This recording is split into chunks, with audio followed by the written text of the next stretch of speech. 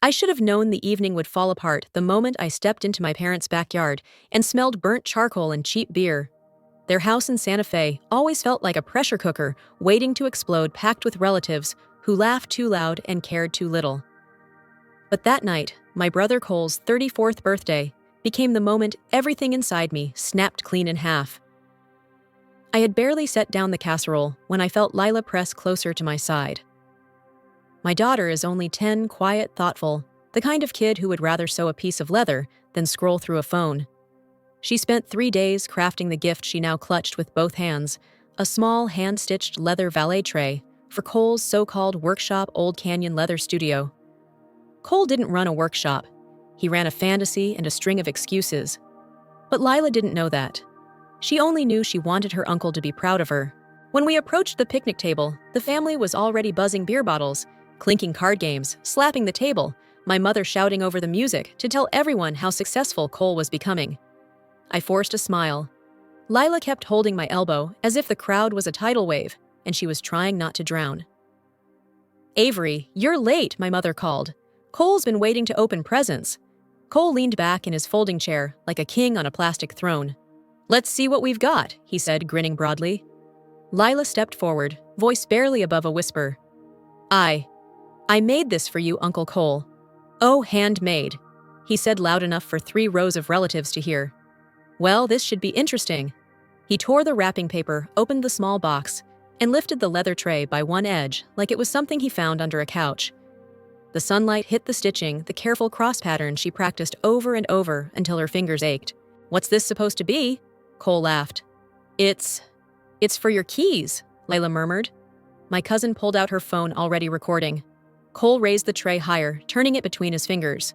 "You guys seeing this little Lila's trying to start her own Etsy shop?" The way he said it wasn't cute. It was cruel. Before I could speak, he flicked his wrist and tossed the tray straight into the metal trash can next to the grill. It landed with a hollow clang. The world seemed to tilt. The relatives burst into laughter. Someone whistled. My mother said, "Oh, Cole, stop it. You're teasing." My father looked away and pretended to focus on the steaks burning behind him. I saw Lila's face fold in on itself. Her shoulders drew in her chin. Dropped, her eyes filled instantly, not with sobbing tears, but with the quiet kind that hurt more. She didn't say a word. Didn't move. Just stood there like someone had unplugged her from the world. My chest burned. For a second, I couldn't breathe. But instead of screaming, I felt something colder settle into me. Sharp, surgical, like the moment in cybersecurity when you realize the breach didn't happen by accident. You were targeted. I pulled out my phone. My hands were steady in a way that scared even me. First, I took a picture of Cole's Audi Q5 parked in the driveway, his only asset, the one he used as collateral for the $120,000 loan I had co-signed 18 months ago. Then I opened my banking app and took a screenshot of the $3,500 monthly payment I had been covering for my parents' rent, electricity, and water for 8 straight years. My cousin's phone dinged, then my mother's, then Cole's. "What did you send?" my mother asked. I typed one sentence in the family group chat. "From today on, everyone handles their own responsibilities." And I hit send. Cole barked a laugh. "What's that supposed to mean, you cutting us off?" Lila finally tugged my sleeve. "Mom, can we go home?" I looked at her. Her eyes were wet, but her voice was steady. Braver than the entire backyard combined.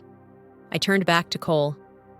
"It means," I said quietly, "you're about to learn what happens when you mistake someone's generosity for obligation." My mother scoffed. "Avery, don't be dramatic." I smiled, small, controlled, terrifying even to myself. "I'm not being dramatic. I'm being precise." Cole stood up.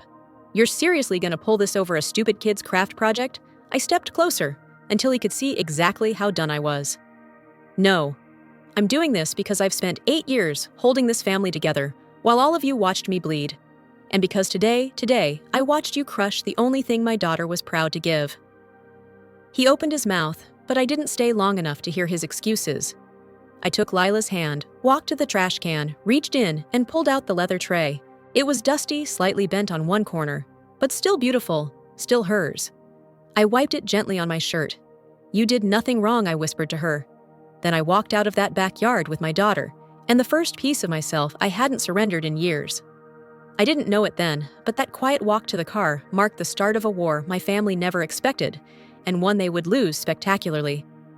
If I'm being honest, the entire disaster started 18 months before the birthday party, the day Cole showed up at my apartment, with a glossy binder and the kind of fake confidence only he could pull off.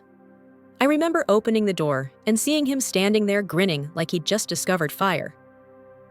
"Have you got a minute?" he asked, waving the binder as if it contained state secrets.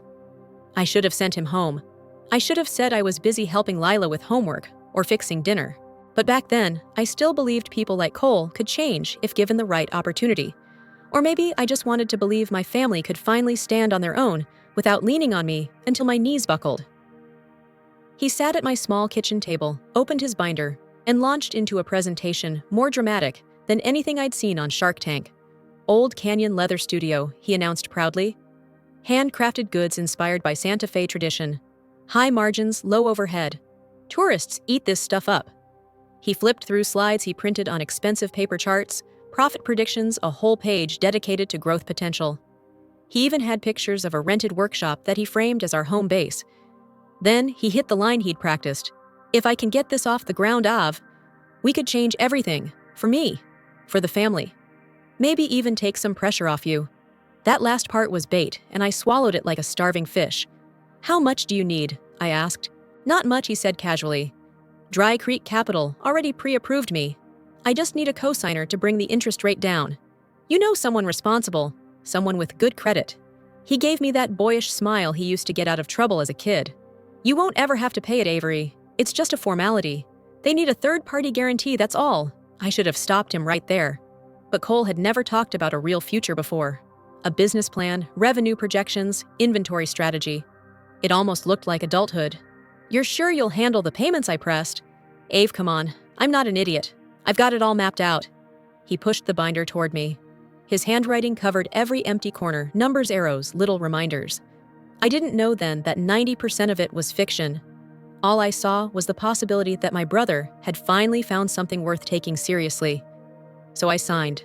And just like that, $120,000 was wired into Cole's account. At first, everything looked promising. He sent me pictures of leather wallets, belts, and keychains.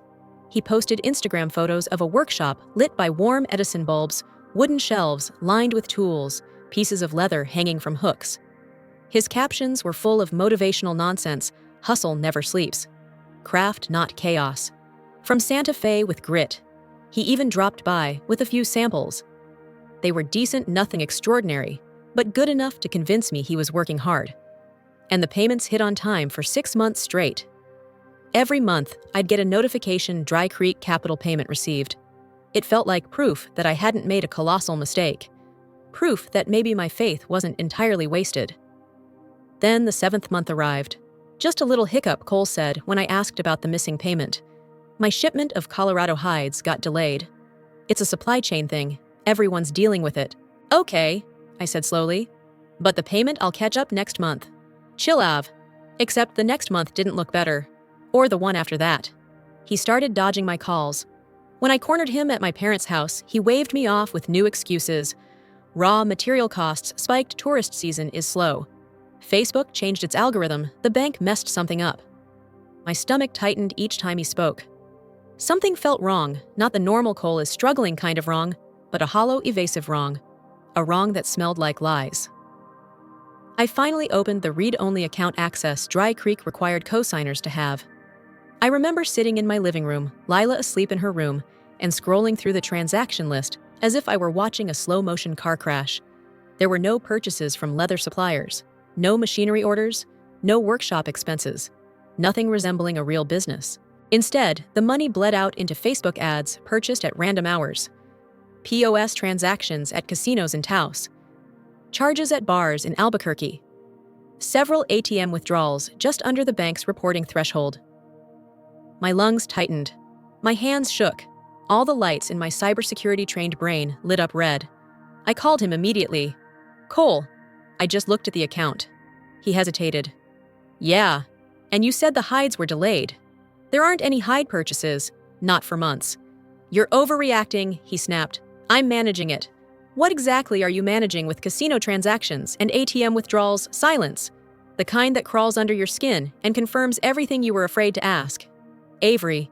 He finally said, "You need to stay out of it. I've got a system." "No," I said coldly. "You've got a problem." But Cole wasn't the only problem. Meanwhile, $3,500 for my parents' rent kept leaving my account like clockwork. So did the utility payments. And the extra $1,000 my mother always insisted she needed for emergencies, which somehow meant new cookware, fresh groceries, and gas money for everywhere except job interviews. One night, I sat at my desk and opened a new document, my version of an internal audit.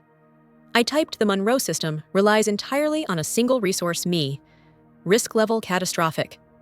I didn't know it yet, but the collapse had already begun. And I was the only one who didn't owe anyone an apology when the truth finally surfaced. Driving home after the birthday disaster felt like drifting through fog. Lila sat in the back seat silent, her small hands clutching the leather tray, as if it were something fragile that could shatter if she let go. When we parked outside our building, she hesitated before opening the door. "Mom," she whispered, "do you think maybe he didn't mean to throw it?" The words pierced me harder than anything Cole had said. I crouched beside her. Sweetheart, people show who they are when they think no one will stop them. Lila nodded slowly, but her eyes fell again. She walked toward the apartment building, then paused, turned around, and jogged back to the car. Before I could ask, she reached into the back seat, grabbed the tray, and held it against her chest. She didn't say a word, just hugged it, and walked inside. That moment broke something inside me. Not loudly, not dramatically. More like a quiet, final click of a lock I didn't even know I still had. I put her to bed, kissed her forehead, and walked straight to my workspace. The house was silent, except for the hum of my monitors powering up. When all 3 screens lit the room in cold blue light, I felt a strange calm wash over me, calm in the same way I feel when isolating a malware infection. Focused, surgical, detached from emotion. The first thing I did, terminate every automatic payment. I opened the bank dashboard, clicked on the recurring transfer of $3,500 to my parents' landlord, and hit cancel. A box popped up asking, "Are you sure I didn't blink?" Next, the utilities, electric, gas, internet. All of them linked to my account. All of them wiped out with a single click. Then the credit card. My mother had a secondary card I had added years ago during one of her emergencies.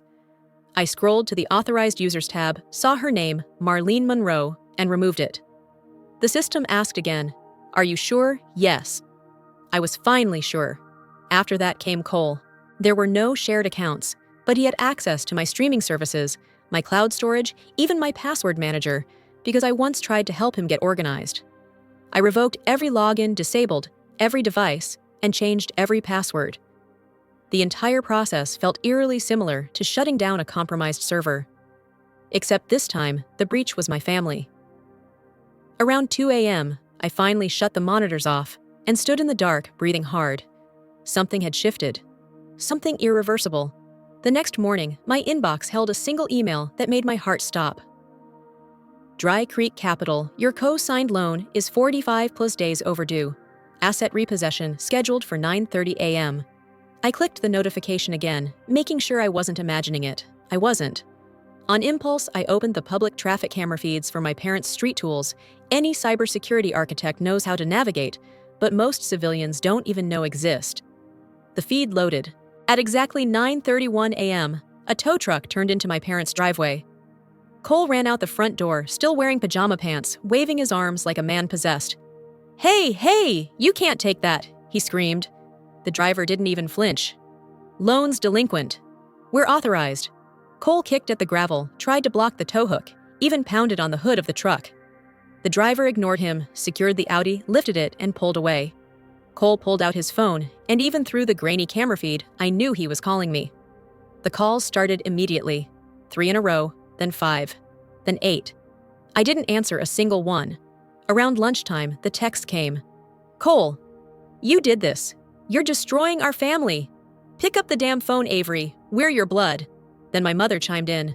"Mom, your father and I could lose the house in 2 weeks. How could you watch us suffer like this? You need to fix what you broke. What I broke, not what Cole broke. Not what 8 years of dependency broke. Not what their entitlement broke. No, apparently, I had lit the match and tossed it into the gasoline. I silenced my phone, but the night didn't stay quiet. At 12:47 a.m., A violent pounding rattled my front door. Avery Cole's voice slurred, furious. "Open the damn door! We're gonna talk!" Lila shot upright in her bed, terrified. I grabbed her and moved her to my room, locking the door behind us. The pounding grew louder, fists, then kicks. "Don't you walk away from us! You owe me!" No, I owed him nothing. I picked up my phone, opened the security app, and hit record. The hallway camera captured everything: his swaying posture, glossy eyes, the spit flying from his mouth as he shouted. "Come out here, Avery! Open this door before I!" A neighbor shouted from down the hall. "Back off or I'm calling the cops!" "My sister ruined my life!" Cole screamed. He wasn't wrong, I'd also saved my own. When the police finally arrived, lights flashing, voices firm, Cole stumbled backward, cursing at them, insisting it was family business. They escorted him out of the building. I submitted the recording immediately. The next morning, I filed for a temporary restraining order. 1 week later, because Cole didn't even bother to show up, the judge extended it to 3 years for both me and Lila. I walked out of the courthouse, holding a thick envelope of documents, feeling the first real breath I'd taken in years. It didn't feel like victory, it felt like survival. And for the first time, survival was enough. I thought the restraining order would buy me some quiet, at least a few weeks to breathe, to rebuild whatever steadiness I'd lost. But if there's one thing I've learned about my family, it's this: when you cut off their access to you, they don't stop. They escalate. It started on a Tuesday morning, the kind where the New Mexico sun is too bright for how tired you feel. I was walking into the campus of Solistech, my company's glass and steel headquarters, when the security guard stiffened and stepped directly into my path. "Avery, you might want to see this before you clock in." He angled himself so my view cleared the employee entrance. My parents were standing there.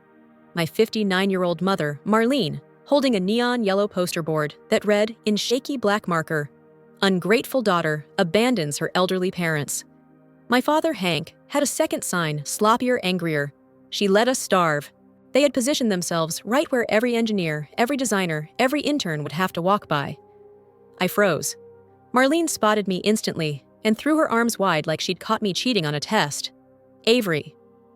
Finally, you can stop ignoring us now." A wave of heat traveled up my neck, but I didn't move toward them. If anything, I stepped back.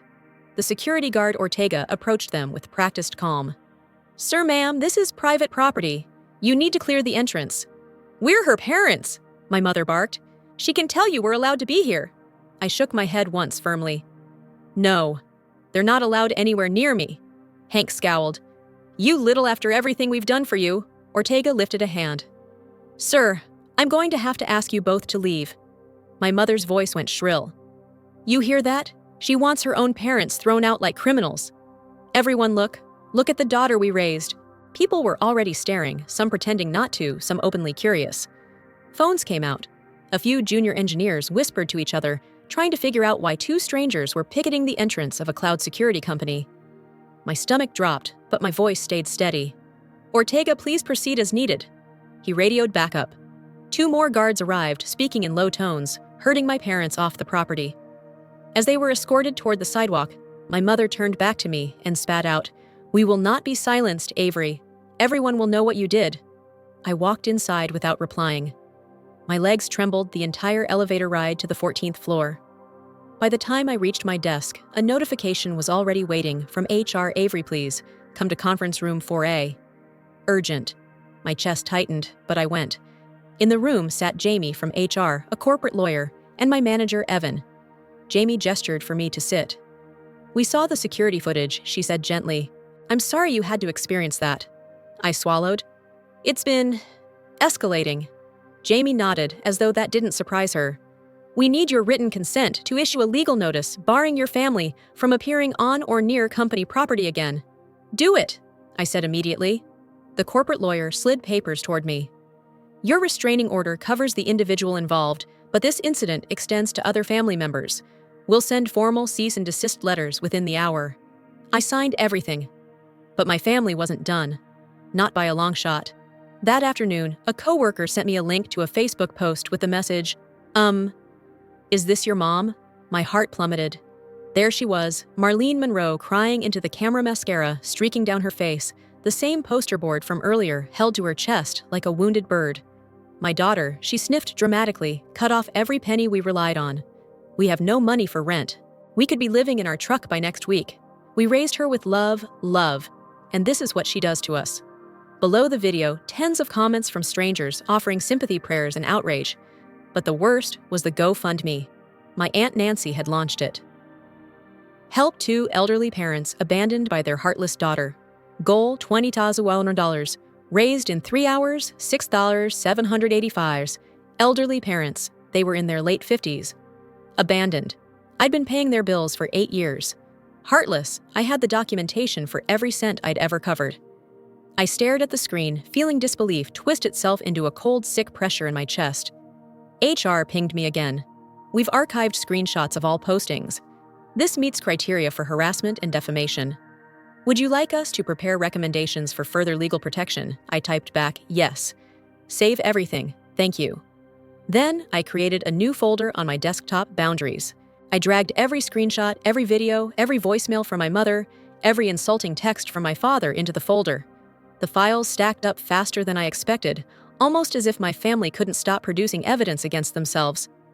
But I didn't respond to any of them. Not online. Not in private messages. Not through relatives demanding explanations. Silence became my firewall. One afternoon, while leaving the office, Ortega approached me again.